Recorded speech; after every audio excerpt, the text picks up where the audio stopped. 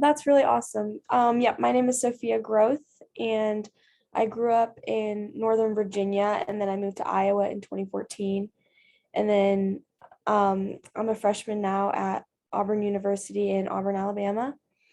And I started my gymnastics career in Virginia when I was 5 and a half. And I did it to just get some energy out because I had a lot of energy. I was climbing the door frames, and my mom wanted me to get some energy out. And so she put me in a gymnastics class. And then from there, my coaches recognized that I had some talent and they wanted me to keep up with this sport and take it seriously. And then I just kept moving up levels and I had a lot of fun. It wasn't really like a competitive sport for me until I got into the higher levels. And so I did it for fun and for a passion. It kept me busy and I made a lot of friends along the way. And now I'm here.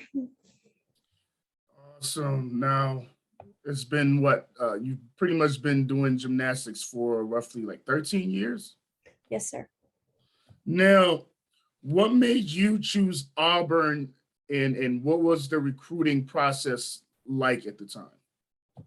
So there was a rule change and I was in the middle of the rule change.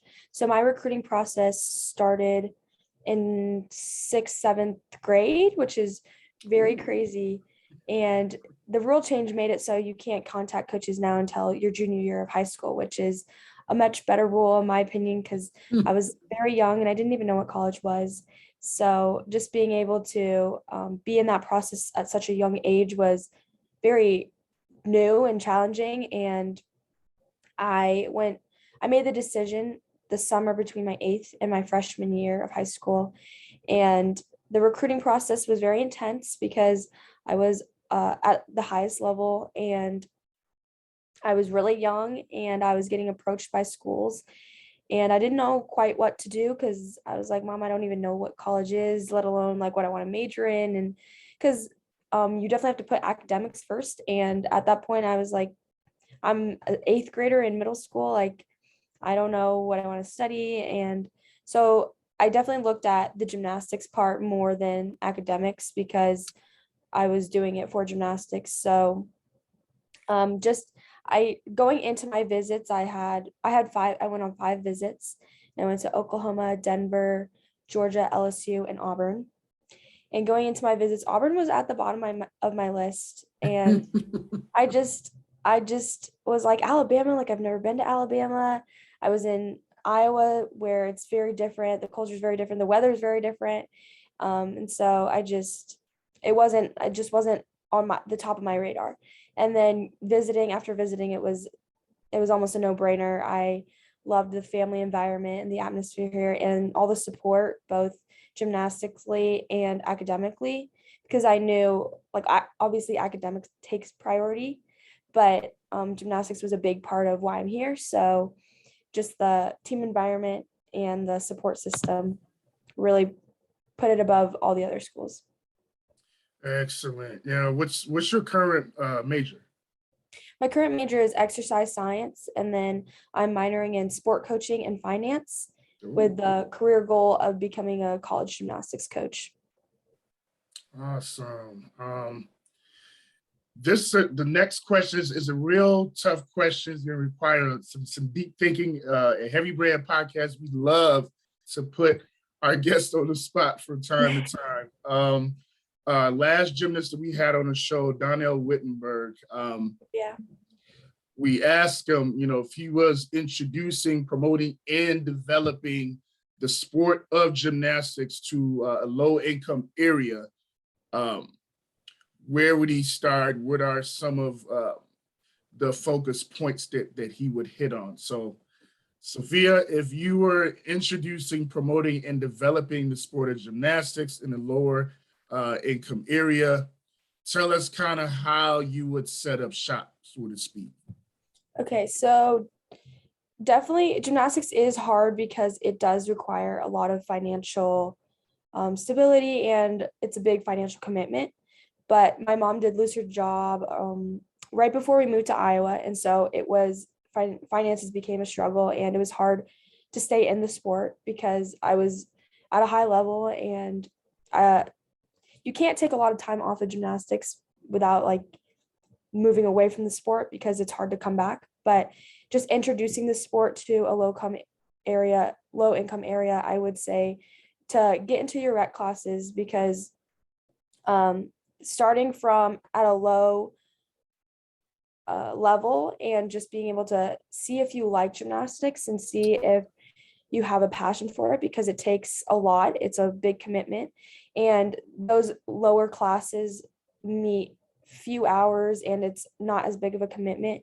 So you're able to, it's a less financially taxing, and it also just introduces you to another sport. And gymnastics is a great foundation for any other sport you want to go into because it teaches you a lot of responsibility, it teaches you commitment and passion, and it just helps build those skills for other sports. So if anything, I would say just take a couple classes and see if you want to pursue the sport or if you want to use those skills to pursue other sports, because gymnastics is not the end all be all.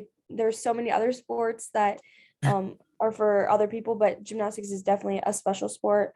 And promoting, I would say if you're really passionate about the sport and you want to start, there's so many ways to fundraise or to share your story with other people. There are so many people in the gymnastics world that will share their story and they can get funding from other families at the gym or just strangers in the public posting your story on social media and just promoting yourself and your passions. And also talking with the gym owners. Usually they'll have a lot of like sympathy and they'll be able to kind of help you out and meet you in the middle somewhere. So I definitely, that's always an option. Okay. Appreciate your critical thinking and sharing that insight. Now, in other sports like some of like some of the other sports like basketball, for example, for student athletes at a high level such as yours, typically by the high school level, we're studying film of people at the pro level, people at the collegiate level. Has that been the same for you as far as studying, let's say, a Simone Biles or somebody along that line? Yes, I think watching gymnastics is a big part of learning gymnastics and just watching how people can do it perfectly, like Simone Biles, for example. You watch her and her gymnastics is flawless. And gymnastics is a lot about foundation and where you start and your basics, and then you can build off your foundation and your basics. So just watching people's techniques and different videos of other people can really help you interpret that and use it for your gymnastics to get better. Do you have a gymnast Mount Rushmore? Sorry? Do you have like a gymnast Mount Rushmore as far as who you feel is like top 4 greatest gymnasts of all time? I've always looked up to Shawn Johnson. She was actually a gymnast at one of my old gyms, and she would come in every now and then. So just being able to put a face to the, like being able to meet her and having that personal experience while growing up watching her and just have her being an idol of mine. And then Nastia Lukin is also a very big role model of mine in the gymnastics world. Her and I, like, our techniques are very different and like our body types are very different, but her elegance and her poise is just very inspiring. And then Nadia Comaneci, she is a little bit older, but yes, sir, she laid the foundation for the sport. And I think she really exposed the world to the sport of gymnastics and gave it a name. And because gymnastics is definitely an underrated sport, in my opinion, I think a lot of people don't. It's very difficult to fully understand what it takes to reach a certain level, and she brought to the forefront so people are able to appreciate the sport a little bit more. And then 4th would be Drum roll. I think Dominique Dawes is also going back a little bit. She Ooh. is very inspiring in just her story and how she faced adversity and then she overcame it and now she's a household name. So I think those would be my four. Awesome. She brought up the trailblazer, the pioneer. Awesome. Being a student athlete on the high school level definitely has its challenges. I was a high school student athlete myself, but now we're talking about the big leagues, the college level.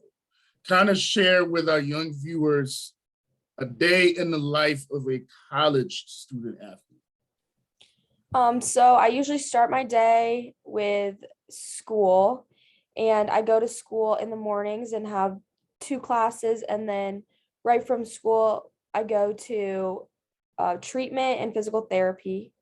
And so I'll have like an hour and a half of that. And then we have our days blocked off from noon to 5 p.m. for practice every day. So we can't have any classes during that time. And so then I'm at practice for a good amount of time. It's usually about 4 hours. And then we have recovery after that. And then I get home, eat dinner, take a shower, and then do a lot of homework because we have that large chunk of our day blocked out for gymnastics. It's hard to really prioritize your studies in terms of time management. And so I do school in the mornings and at night. And then once I get in the gym, I like to just be at gym and have all my focus go towards gymnastics. So it's definitely hard.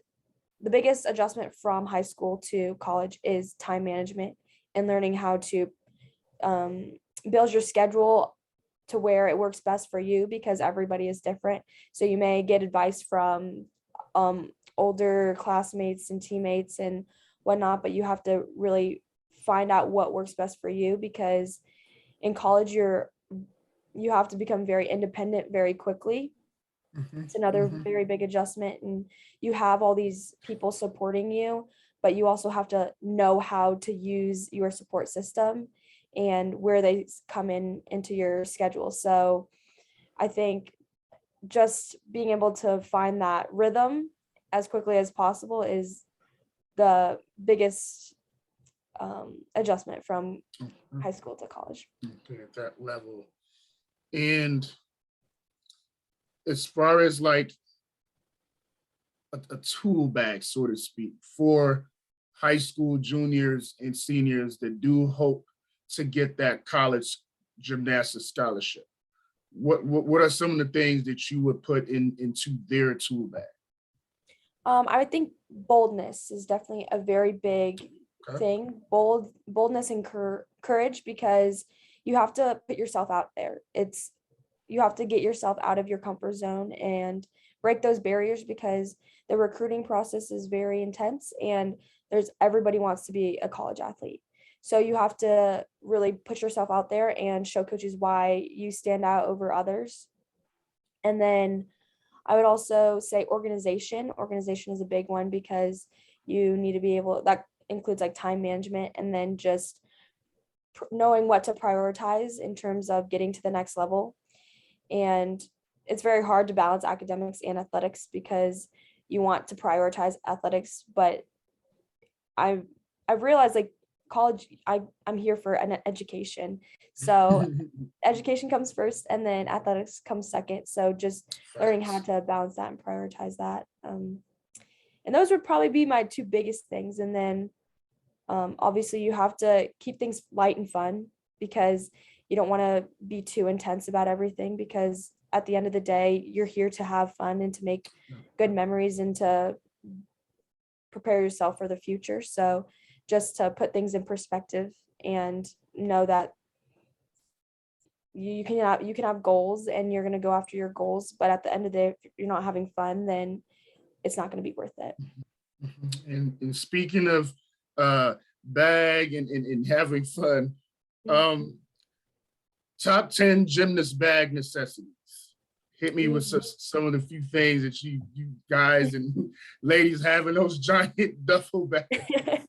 So definitely we have our equipment. So like tiger paws I use for wrist protection on floor and vault, grips for bars, and then just extra little necessities. I like to have sparkle spray for my hair for competitions, lip balm, and mm,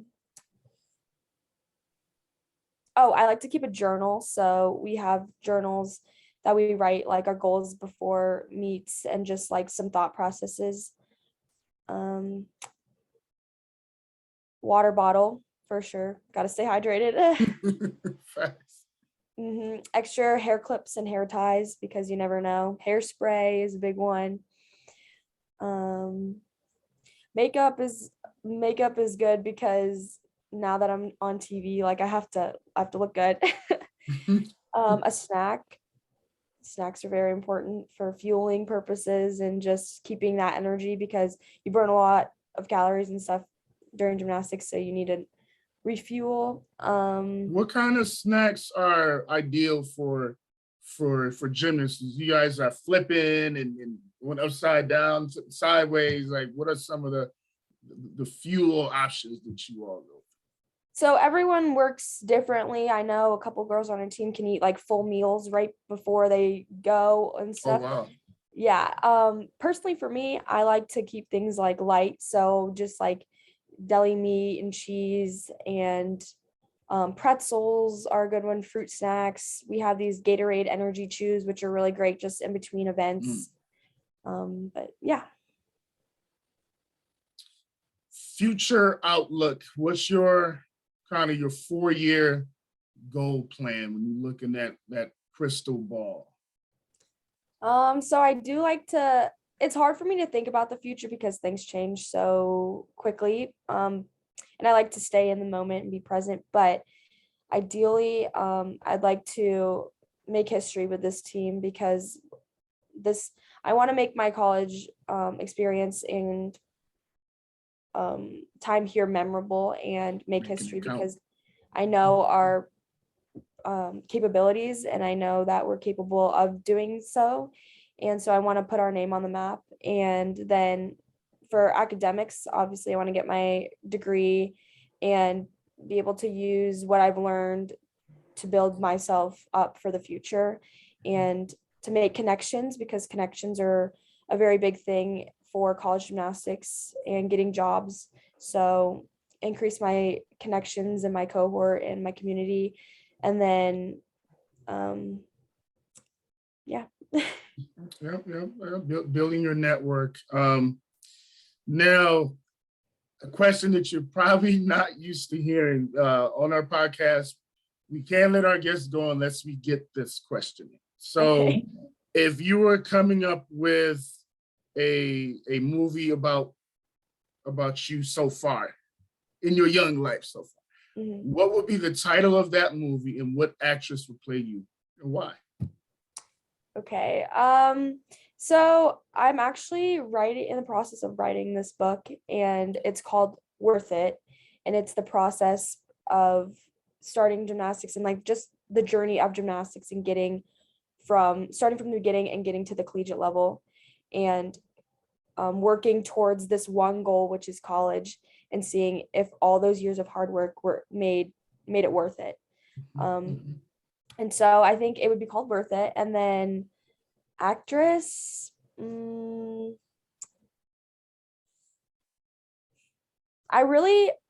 know, I think one of my favorite actresses is Meryl Streep. So if she was like young and Okay.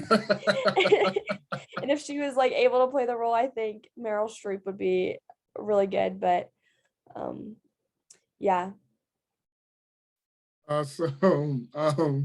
Now, with sports, whether it's high school level, college level, pro level, we talk about the physicality. We also talk about, the administrative side. We're talking about the grades, but in between those lines, there's another battle that sometimes goes on between the ears. What is self-care and mental health to you as it pertains to a student athlete? Self-care and mental health is extremely important, and it's important to prioritize it because I've learned you can get caught up in life so quickly and things just keep getting thrown at you and more things on your plate and your schedule gets really full really fast and it's very overwhelming. This adjustment process from high school to college has been crazy, and throwing athletics and academics and appointments and meetings on top of it has been really hard. And being able to take time for myself and find things that will refill my tank. For me, it's going to church and finding small groups and going to FCA. Those things refill my tank, and I make sure to prioritize those into my schedule because I know that if I didn't have those and I didn't have those refueling activities, that I would be burnt out. And so to me, it's just very important to find those things that refuel your tank and give you the energy so you can do your best in the classroom and in your sport. And what advice would you have to not just a college gymnast, but any college student athlete that was struggling from the mental health side? I would say to reach out. There's so many people that are here to support you: friends, teammates, coaches, trainers, sports psychologists. They're all here to help you. And just reaching out to somebody, asking them maybe if they are having similar struggles and how they are feeling about things.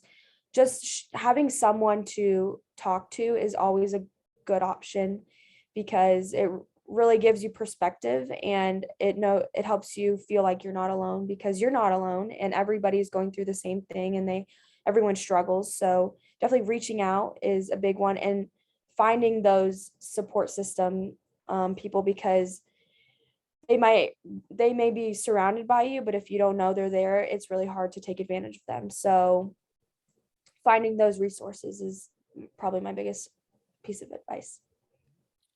Appreciate that advice. It's always one thing for a non-student athlete, to kind of share some of this information, but it holds that much more weight when it's one student athlete to another. So definitely appreciate that. When will your book be done, and are you gonna put it on Amazon once it's published? So my goal is to publish it by the end of my college career. So nowhere near in the future, but that's the plan. And then in terms of publishing, I'm not quite sure yet. Okay, fair enough. Sophia, you are definitely an excellent role model for our young student athletes. You got a good head on your shoulders. Definitely appreciate your time, and continued blessings, continued success. War Eagle. Thank you so much. See ya. Bye.